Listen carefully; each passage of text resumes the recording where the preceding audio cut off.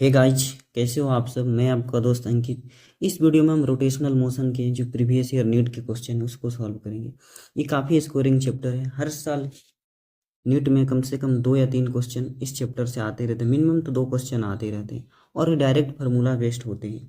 लेकिन क्या होता है, स्टूडेंट इस चैप्टर के डर के मारे पढ़ते ही नहीं अच्छे से।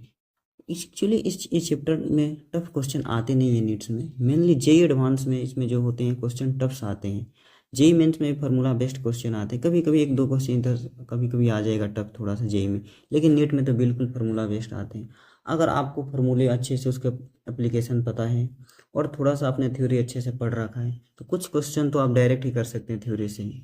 तो चलिए हम इस वीडियो की शुरुआत करते हैं। जो हमारा फर्स्ट क्वेश्चन है आज का, ये जो कि एम्स में आया था। ये क्वेश्चन सिंपल सा है। पूछ रहे the angular momentum of the body remains conserve, यानी एंगुलर मोमेंटम बॉडी का कब कंजर्व रहता है, ये आपसे पूछ रहा है। ये तो बहुत सारे बच्चों को याद ही रहता है कि जब टॉर्क जीरो रहता है। लेकिन चलिए हम आपको इसको थोड़ा सा एक्सप्लेन करते हैं। आखिर जब टॉर्क जीरो रहता है तो एंगुलर मोमेंटम बॉडी का क्यों कांस्टेंट रहता है या कंजर्व रहता है। हम एंगुलर मोमेंटम का फॉर्मूला जानते हैं।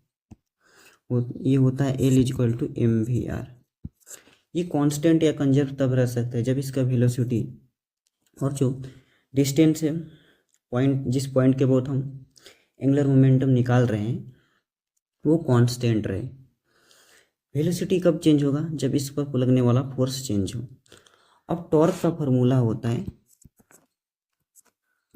R×F परपेंडिकुलर, यानी परपेंडिकुलर फोर्स।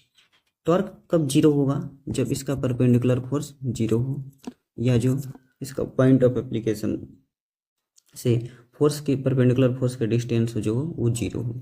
ये 2 केस में टॉर्क जीरो हो सकता है। सपोज यहाँ पे एक हिंज है और ये रॉड रोटेट कर रहा है एंगुलर वेलोसिटी ओमेगा से।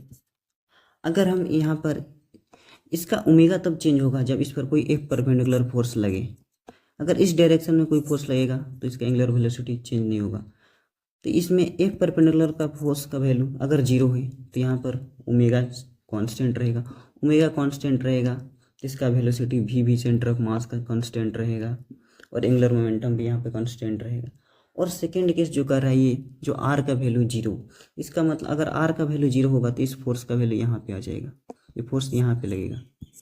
अगर ये फोर्स यहाँ पे लगेगा ये हिंज पे तो भी इसके एंगुलर वेलोसिटी पर कोई इफेक्ट नहीं आएगा और यहाँ पे भी टॉर्क जीरो आएगा। तो इस केस में भी इसका वेलोसिटी या एंगुलर वेलोसिटी चेंज नहीं होगा तो यहाँ पे एंगुलर मोमेंटम कंजर्व रहेगा। तो इसका ऑप्शन 2 जो है करेक्ट है। Applied torque on body is zero. चलिए अब हम नेक्स्ट क्वेश्चन देखते हैं। क्वेश्चन है जो कह रहा है एक सर्कुलर डिस्क की जो कि आयरन और एल्युमिनियम से इसको आप मिलकर बनाना है। आपको इसका पोजीशन ऐसे करना है कि इसका जो मोमेंट ऑफ इनर्शिया जो हो वो मैक्सिमम हो। ये 2 केस पॉसिबल है। फर्स्ट ऑप्शन में कह रहा है aluminium at interior and iron surrounded to it. इसका मतलब एल्युमिनियम इसके एक्सिस के पास है और इसको सराउंडेड किया है आयरन। तो मैं आयरन को थोड़ा सा दूसरा कलर दे रहा हूँ। ये आयरन है और इनसाइड वाला जो है एल्युमिनियम है। हम जो मोमेंट ऑफ इनर्शिया होता है इसका फॉर्मूला जानते हैं, मास इनटू रेडियस के स्क्वायर। यानी जितना ज़्यादा रेडियस, जितना ज़्यादा मास दूरी पर होगा इसका मोमेंट ऑफ इनर्शिया उतना ही ज़्यादा होगा। अब हम बात करें एल्युमिनियम और आयरन के मास की, तो आयरन का जो डेंसिटी होता है एल्युमिनियम से ज़्यादा होता है, इसलिए आयरन का मास ज़्यादा होगा।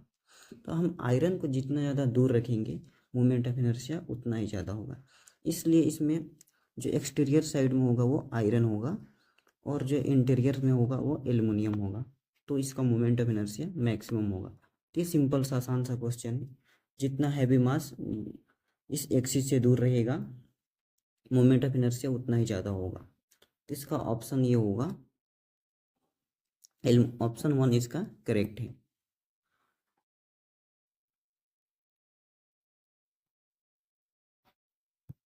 चलिए अब हम नेक्स्ट क्वेश्चन को सॉल्व।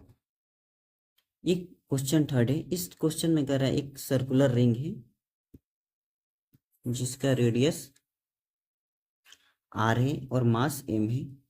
ये एंगुलर वेलोसिटी ओमेगा से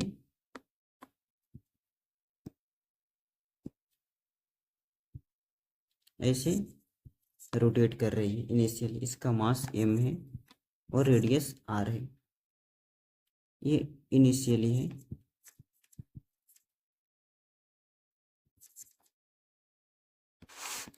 उसके बाद क्या करते हैं हम इसको,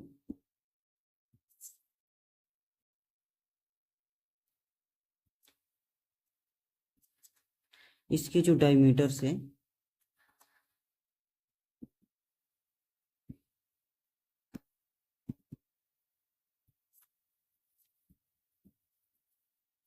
इसके चार जो डायमीटर्स है के जो एंड है, इस पर एक मास का टुकड़ा रख देते हैं यहाँ पे तो इसका एंगुलर वेलोसिटी पूछ रहा है।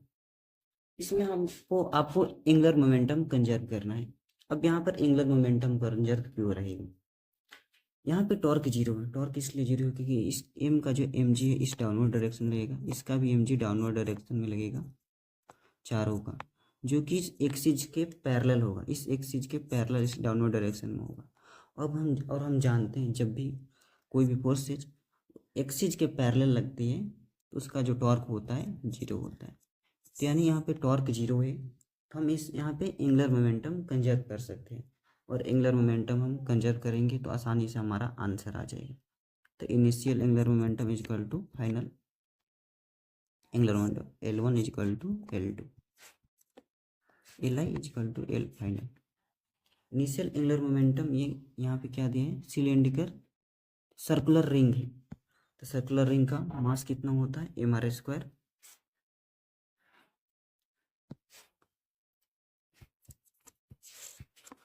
Into omega. यहाँ पे जो एंगुलर मोमेंटम का फार्मूला होता है I इंटू ओमेगा होता है, और जो फाइनल मोमेंट ऑफ इनर्शिया कितना होगा mr² इंटू 4mr²।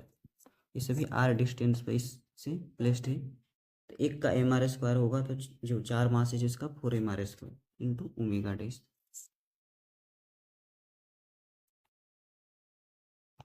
इसका फाइनल एंगुलर वेलोसिटी हमने ओमेगा डैश मान लिया। अब यहाँ से r² ये कैंसिल हो जाएगा, और यहाँ से ओमेगा डैश का वैल्यू आ जाएगा m ओमेगा अपन m प्लस 4m। ये हमारा आंसर होगा। तो हम चलिए आंसर को मैच करते हैं, तो ये ऑप्शन 2 करेक्ट होगा इसमें। चलिए अब हम नेक्स्ट क्वेश्चन को सॉल्व करते हैं। ये भी काफ़ी आसान क्वेश्चन था, इसमें एंगुलर मोमेंटम कंजर्व, आपको सिर्फ बेसिक सा एप्लीकेशन आना चाहिए, आपको फार्मूला बेस्ड क्वेश्चन ही आते हैं मेनली, और थोड़ा सा आपको थ्योरेटिकल नॉलेज होना चाहिए कब टॉर्क जीरो होगा और कब नहीं होगा। ये हमारा जो नेक्स्ट क्वेश्चन है, इसमें ये बोल रहा है एक सॉलिड सिलेंडर है जिसका मास m और रेडियस r है, ये rolls without slipping down in incline plane of length l and height h, और इसके स्पीड के बारे में पूछो। यहाँ पे एक इंक्लाइन प्लेन दिया है,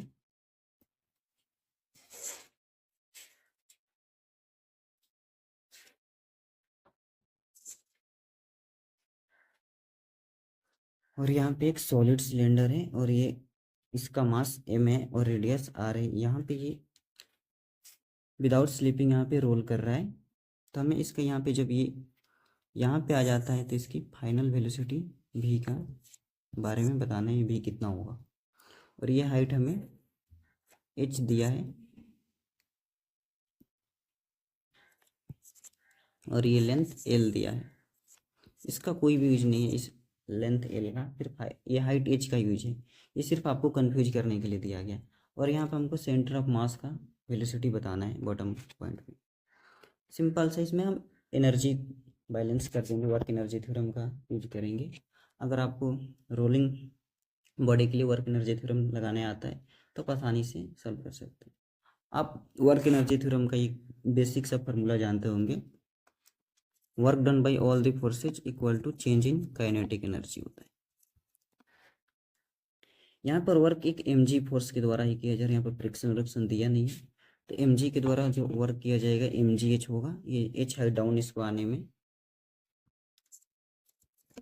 और इनिशियल फाइनल काइनेटिक एनर्जी इसका क्या होगा, मैंने मान लिया इसका final velocity centre of mass का भी है, तो हाफ mv², ये हुआ ट्रांसलेशनल, एक रोटेशन का लिखना पड़ेगा जो होगा हाफ I ओमेगा² और इनिशियल इसका वेलोसिटी और रोटेशन एंगुलर वेलोसिटी दोनों जीरो है, 3 जीरो होगा। यहाँ पे moment of inertia M R square by 2 होता है। सॉलिड सिलेंडर का मोमेंट ऑफ इनर्शिया जो होता है एम आर स्क्वायर बाई 2 होता है।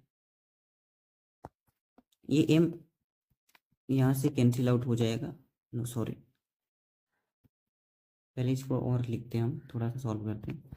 हाफ एम वी स्क्वायर, यहाँ पे जो सॉलिड सिलेंडर का जो मोमेंट ऑफ इनर्शिया है M R square by 2 into omega square, ठीक है।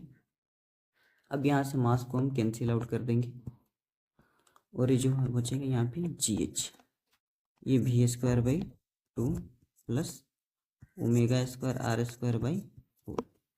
और यहाँ पे एक कंडीशन दे रखा है कि यहाँ पे ये रोल्स कर रहा है विदाउट स्लिपिंग। इसका मतलब ये जो v इजक्वल टू होगा ओमेगा आर होगा, ये प्योर रोलिंग का कंडीशन होता है। हमने इसको यहाँ पे यूज करना है, इस कंडीशन को, बस आपका क्वेश्चन था। तो यहाँ पे ओमेगा स्क्वायर आर स्क्वायर का वैल्यू वी स्क्वायर पुट कर दीजिए, तो ये हो जाएगा V square by 2 plus V square by 4। इसको जब आप सॉल्व करेंगे तो 3v स्क्वायर बाई 4 यहाँ पे आ जाएगा। अब इसको इधर साइड भेज दीजिए, तो 4gh equal to 3v square. यहाँ सभी का जो वैल्यू आएगा √4gh बाई 3। तो यहाँ पे आपका ऑप्शन जो होगा 3 करेक्ट होगा। देख सकते हैं आप, काफ़ी आसान सा क्वेश्चन है। जितने भी क्वेश्चन होंगे इसमें ये फार्मूला बेस्ड होंगे। आपको सिर्फ वर्क एनर्जी थ्योरम आना चाहिए और ये एंगुलर मोमेंटम कंजर्व करना आना चाहिए, टॉर्क का इक्वेशन लिखने आना चाहिए और प्योर रोलिंग का कंडीशन आपको पता होना चाहिए। इस पर काफ़ी टफेस्ट क्वेश्चन आपसे नहीं पूछेंगे जैसे जेई एडवांस में पूछा जाता है। मैं इसके बाद जेई मेंस का भी प्रीवियस ईयर क्वेश्चन सॉल्व करूंगा रोटेशनल मोशन का, सो आपको पता चल जाएगा कि इस पर कैसे किस प्रकार से क्वेश्चन आते हैं। अगर आप नीट का प्रिपरेशन कर रहे हैं तो आपको फिजिक्स के लिए कुछ कोई ज़्यादा बुक पढ़ना नहीं है, क्योंकि एच सी वर्मा तो थोड़ा सा आप एच सी वर्मा भी कर लेंगे तो बहुत अच्छा है। अगर टाइम नहीं मिलता है तो आप क्या कीजिए, आप असाइनमेंट बनाइए, अपनी कोचिंग है डीपीपी बनाइए उसके बाद जो जेई और नीट का जो प्रीवियस ईयर क्वेश्चन है वो सॉल्व कीजिए खुद से। इतना ही सफिशियंट है, क्योंकि इससे ज़्यादा टफ क्वेश्चन आते नहीं है और ये आपका बेस्ट प्रिपरेशन का ट्रिक्स होगा। चलिए अब हम नेक्स्ट क्वेश्चन सॉल्व करते हैं। ये हमारा जो क्वेश्चन नंबर 5 है, इसमें ये कह रहा है एक बॉल से जो ये भी रोल्स विदाउट स्लिपिंग कर रहा है, यानी प्योर रोलिंग का कंडीशन बोल रहा है। इसका जो रेडियस ऑफ गायरेशन है वो के दिया हुआ है और इसका रेडियस आर दिया है। आपसे पूछ रहा है fraction of total energy associated with its rotational energy, यानी इसका टोटल एनर्जी और रोटेशनल एनर्जी का आपको रेशियो बताना है। चलिए नेक्स्ट क्वेश्चन को सॉल्व करते हैं। सबसे पहले एक आपको फार्मूला पता होना चाहिए। अगर किसी भी बॉडी का रेडियस ऑफ गायरेशन दिया है तो उसका मोमेंट ऑफ इनर्शिया होता है एम के स्क्वायर। यहाँ पर के रेडियस ऑफ गायरेशन है और यहाँ पे हमको दिया है कि ये रेडियस ऑफ गायरेशन के है, तो इसलिए इसका मोमेंट ऑफ इनर्शिया के होगा। टोटल एनर्जी का फार्मूला किसी भी बॉडी का होता है, वो अगर रोलिंग और ट्रांसलेशन दोनों कर रही है, रोटेशन दोनों कर रही है, रोटेशनल ट्रांसलेशनल मोशन में है और रोटेशनल मोशन दोनों वो परफॉर्म कर रही है, तब इसका होता है kinetic energy half M V C M square plus half I omega square, ठीक है। ये जो आई है यहाँ पे moment of inertia centre of mass के थ्रू इसका है। चलिए हम इसको लिखते हैं हाफ एम, वी को हम यहाँ पे लिख देते हैं ओमेगा आर स्क्वायर, क्योंकि प्योर रोलिंग कर रही है, और यहाँ पे आई जो होगा M K square into omega square, ठीक है। यहाँ से हाफ एम ओमेगा स्क्वायर को हम कॉमन ले लेते हैं, तो ये बचेगा are square plus K square. ये हो गया हमको टोटल एनर्जी। अब हम रोटेशनल एनर्जी लिखेंगे इसका proof. Rotational energy half I omega square, इसका value half M K square into omega square. अब हमें इस दोनों का रेशियो लेना है, ठीक है। अब हम इसका रेशियो लेते हैं, किसका पूछे, fraction of total energy associated with its rotational energy. तो हम रेशियो इसका निकालते हैं RE अपन फ्रैक्शनल रेशियो निकालते हैं आर ई अपन टी का, ये क्या बचेगा, half M K square omega square half M omega square R square plus K square, ये यहाँ से कैंसिल हो जाएगा, तो आपका बचेगा answer K square upon R square plus K square. तो चलिए हम अब आंसर को हम ढूंढते हैं। तो यहाँ पे हमारा जो करेक्ट आंसर है ऑप्शन 3 है। तो देख सकते हैं ये भी फार्मूला बेस्ड क्वेश्चन था, सिर्फ आपको ये इंफॉर्मेशन एक्स्ट्रा दिया था, जो रेडियस ऑफ गायरेशन दिया होगा तो आपको मोमेंट ऑफ इनर्शिया कैसे लिखना है, ये आपको फार्मूला पता हो तो ये आसान से क्वेश्चन सॉल्व कर सकते थे आप। और एक दूसरा टोटल एनर्जी का फार्मूला कैसे लिखते हैं प्योर रोलिंग बॉडी के लिए। तो प्योर रोलिंग बॉडी के लिए ये टोटल एनर्जी का फार्मूला होता है ये half M velocity of centre of mass का square plus half I omega square. और यहाँ पे जो इम्पोर्टेंट बात आप याद रखना है, जो आई है ये मोमेंट ऑफ इनर्शिया अबाउट इस सेंटर ऑफ मास। ठीक है, चलिए अब हम नेक्स्ट क्वेश्चन को सॉल्व करें। चलिए हमारा नेक्स्ट जो क्वेश्चन है ये रेडियस ऑफ गायरेशन पर फिर से है। सबसे पहले इस क्वेश्चन में दिया है एक सर्कुलर डिस्क को लिया है इसने और एक सर्कुलर रिंग को लिया है, दोनों का रेडियस आर है, सेम दिया है, और उस पर हमको पूछ रहा है कि इसका रेडियस ऑफ गायरेशन का आपको रेशियो बताना है जो tangential axis in the plane of the disc, यानी डिस्क के प्लेन में टेंजेंशियल एक्सिस होगा ये होगा, और इसका भी ये प्लेन में ये होगा। ठीक है, ये इसका प्लेन हो गया डिस्क का,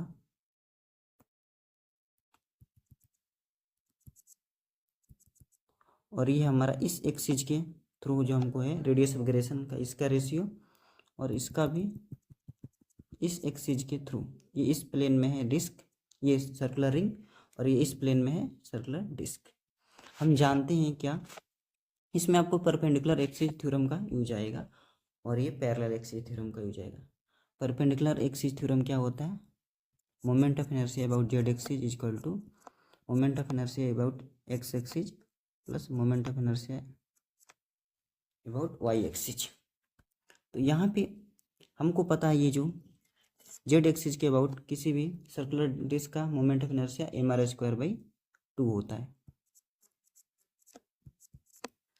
ड्यू टू सिमेट्री इसका इस एक्सिस के अबाउट भी और इस एक्सिस के अबाउट भी मोमेंट ऑफ इनर्शिया सेम होगा, यानी यहाँ पे एक्स और वाई के about moment of inertia same होगा। हम लिख सकते हैं ट्वाइस ऑफ आई वाई। यहाँ से हम वाई एक्सिस के अबाउट इसका M R square 4 moment of inertia निकाल लिए। ठीक है, और ये यहाँ पे क्या निकला है इस एक्सिस की।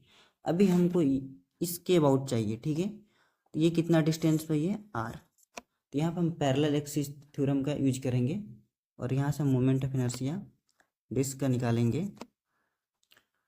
टेंजेंशियल एक्सिस के अबाउट आई डी टी लिख देते हैं इसको हम, moment of inertia about centre of,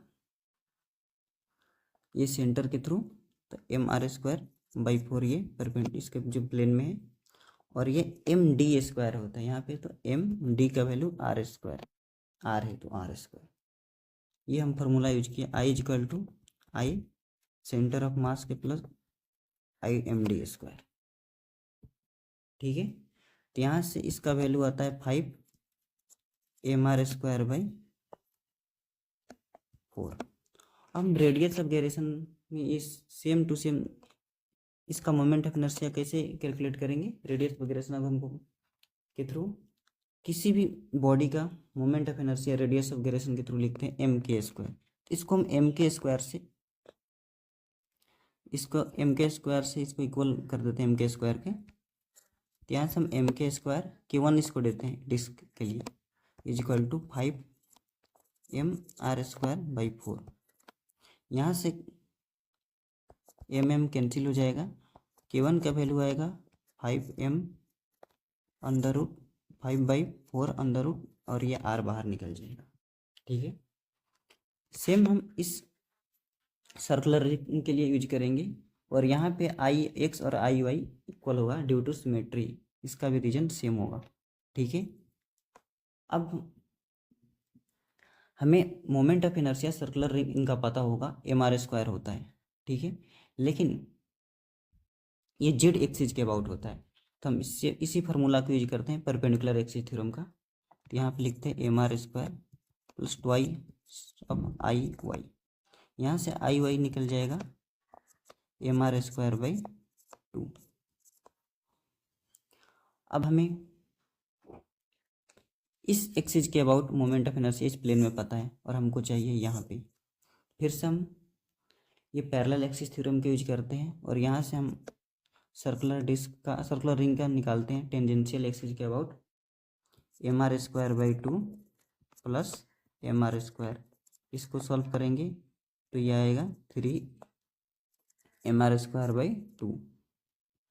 इसको भी अब हम रेडियस ऑफ गिरेशन इसका निकालते हैं। इसका रेडियस ऑफ गिरेशन हम k2 मानते हैं, तो अगर इसका रेडियस ऑफ गिरेशन k2 है तो इसका मोमेंट ऑफ इनर्शिया कितना होगा mk² और इसको हम 3mr²/2 से इक्वेट कर देते हैं। तो यहाँ से हमारा k2 का वैल्यू कितना आएगा,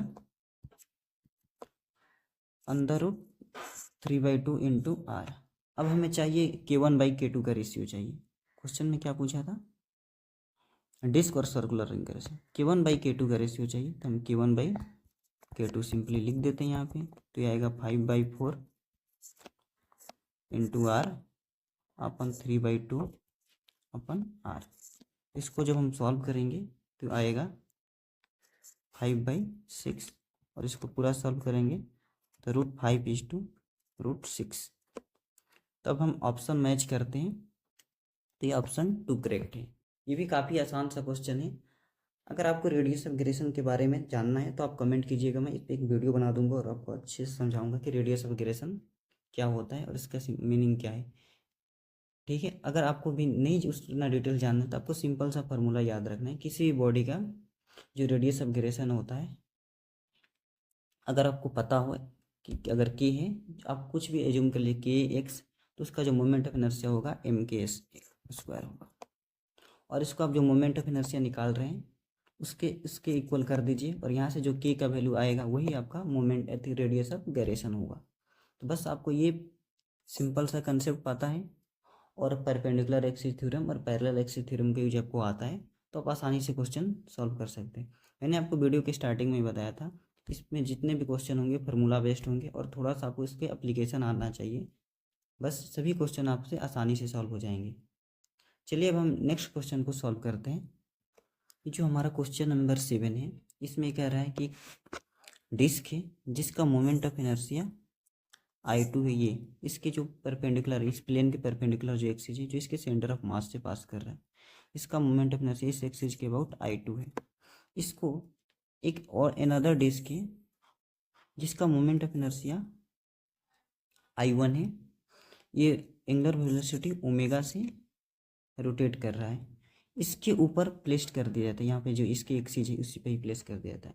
इस जो कॉम्बिनेशन होता है जो डिस्क का, ये ऐसे कुछ हो जाएगी डिस्क, ये I1 ये I2, इन दोनों कॉम्बिनेशन का जो फाइनल एंगुलर वेलोसिटी होगा ये क्या होगा। तो आपको सिंपल सा इसमें क्या करना है, एंगुलर मोमेंटम को कंजर्व करना है, क्योंकि इस प्रोसेस में कोई भी टॉर्क नहीं लग रहा है, यानी जो नेट टॉर्क है 0 है, तो आसानी से हम एंगुलर मोमेंटम कंजर्व करेंगे। तो चलिए हम एंगुलर मोमेंटम को कंजर्व करते हैं। Initial angular momentum is equal to final angular momentum. इस डिस्क का I1 का एंगुलर मोमेंटम इनिशियल कितना था, I1 into omega. Final angular momentum कितना होगा, net moment of inertia into omega dash. Omega dash हम इस कॉम्बिनेशन का फाइनल एंगुलर वेलोसिटी हम मान लेते हैं। तो I1 omega plus I2 omega, यानी omega dash I1 plus I2 omega dash. यहाँ से ओमेगा डैश का वैल्यू आएगा I1 plus I2 into omega, जो कि ऑप्शन 2 करेक्ट है। ठीक है, इस वीडियो में हम इतना ही रखते हैं। नेक्स्ट वीडियो में हम प्रीवियस ईयर जो जेईई मेन की जो रोटेशनल मोशन का क्वेश्चन है वो सॉल्व करेंगे। आज के लिए बस हम इतना ही रखते हैं।